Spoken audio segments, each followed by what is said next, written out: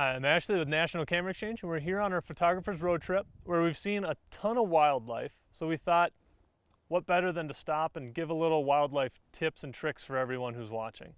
So we're going to give you some hints on how to get better photos from your little wildlife stuff, as well as kind of showing and demonstrating what we've seen a lot here, but then also talking about what to look for when you're photographing wildlife as well.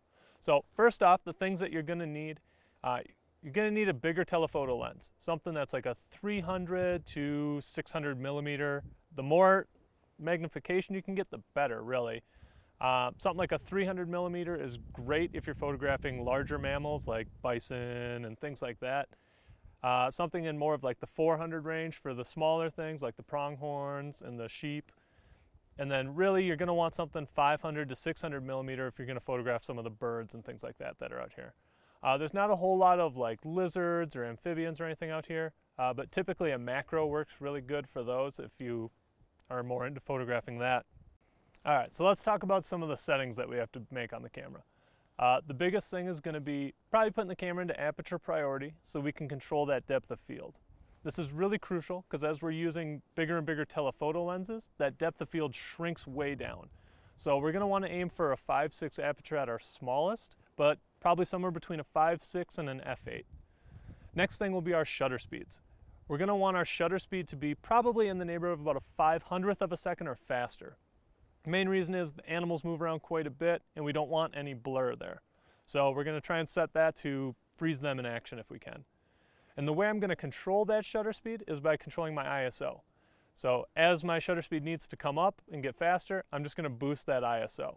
On a lot of bright sunny days, realistically, you can probably get away with a 100 or 200 ISO, but as it gets cloudy or if it's sunset, sunrise time of day, you're probably going to have to boost it up to maybe 1600, 3200.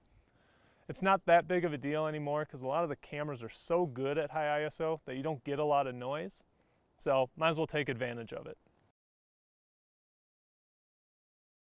Another crucial thing to getting a good animal photo is your composition.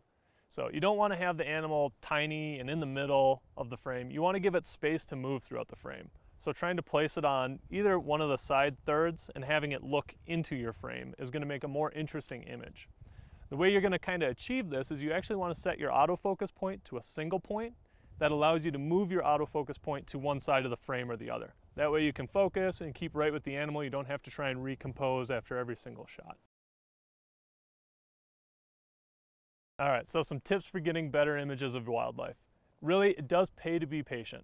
If you can give the animals time to get used to you being there and observing them, they're more apt to loosen up and just act natural again.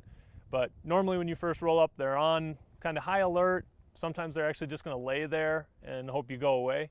But if you give them a chance to just relax, that's when you'll actually start getting some of the activity from them. Last piece of advice for you is pay attention to your surroundings and respect the animals that you're photographing. Attention to your surroundings, pretty simple. Know what's going on around you. If there's a newborn on your left and the mother on your right, you're in the wrong spot to be taking a picture. Be respectful of the animals as well. You don't want to encroach upon them too much because you're either going to scare them away or they're going to charge you and you're going to get hurt trying to get a photo. Just not worth it. Thanks for watching. I'm Ashley with National Camera. Please subscribe if you'd like to see more interesting videos like this in the future. And if there's something you really want to see, leave a comment below. Thanks.